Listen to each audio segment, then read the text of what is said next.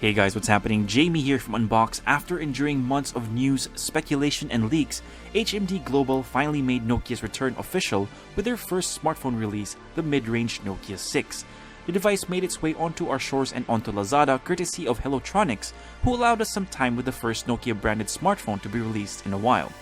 Has the brand reclaimed its former glory, or does it fall short of being a contender for the throne amongst its stiff competition? Let's find out in our full review for the Nokia 6.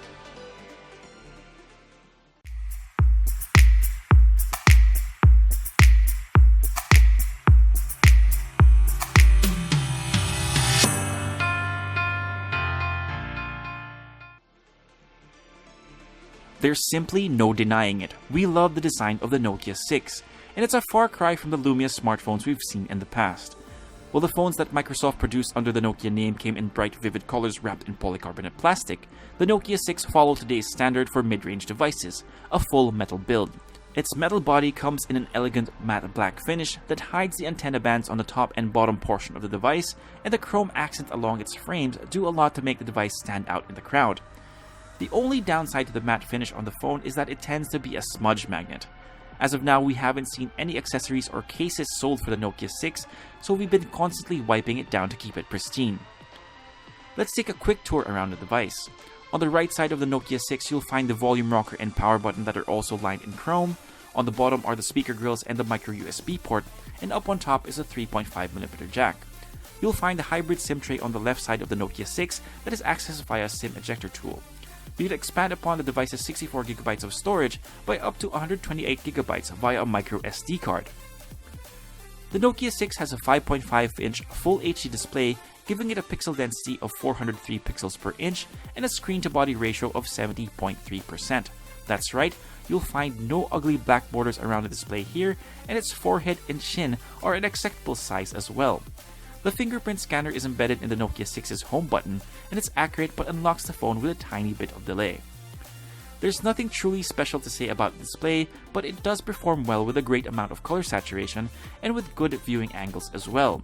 It's great for watching YouTube videos, but what makes the Nokia 6 a great device for watching content are the speakers it has on board.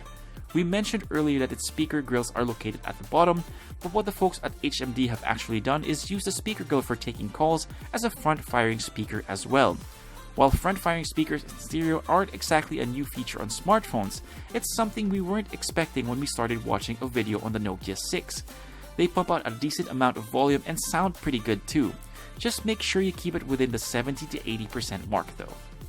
In our update for the Nokia 6, we told you that we've had no luck trying to install Google Play and its services, and well, we still couldn't find a way to load it without tinkering any further. This means we weren't really able to push the Nokia 6 and test out the device as much as we wanted to as a daily driver. The fact alone that we couldn't install Gmail meant that we've had to use it more as a secondary device. However, we were able to install most of our social media and messaging apps on the Nokia 6 and use the browser to hop onto YouTube to watch videos.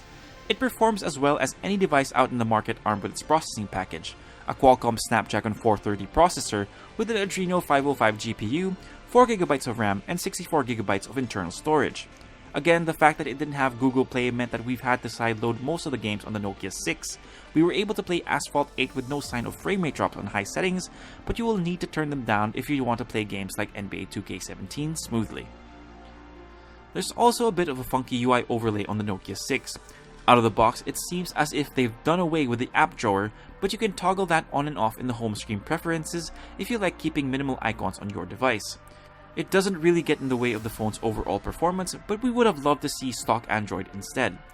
Since the unit we have on hand is meant for the Chinese market, some of the apps still contain Chinese characters despite switching the phone's language settings to English too.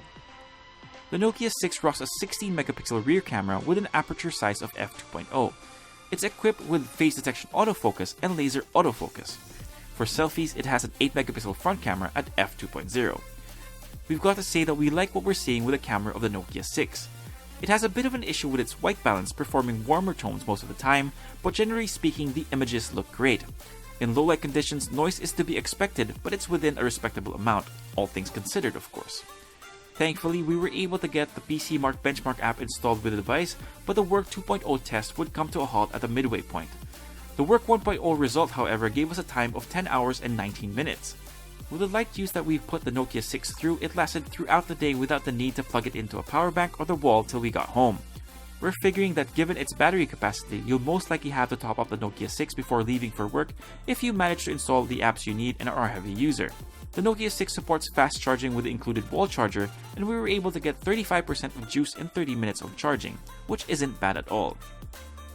So, is the Nokia 6 worth it? In all honesty, if you're a novice at tinkering with smartphones, we'd recommend that you hold off till the official release of the device since you won't be able to maximize the use of the Nokia 6. The lack of global ROM that includes Google Play and other Google services is just too much of a hit to really let us recommend the device for now. Plus, it has a pretty steep asking price at $18,590 as well. That being said though, the Nokia 6 is a gorgeous device that performs well for a mid-range phone. The price given at Mobile World Congress had it pegged somewhere along the 12,000 peso mark, and even if it were to retail somewhere around 14,000 after all the fees HMD would have to pay for its official release in the country, we would highly recommend that you consider the Nokia 6 for your next purchase. If you do, however, have the cash to spare and the experience of installing a custom OS on the Nokia 6, plus want to have the bragging rights of being one of the first to have the new Nokia phone, then by all means go for it. We definitely won't stop you and understand the allure. And that's pretty much it for this full review of the Nokia 6. Give us a thumbs up if you like this video, subscribe to the channel, and make sure you turn on notifications. If you have any questions regarding the device, please leave them in the comment section down below.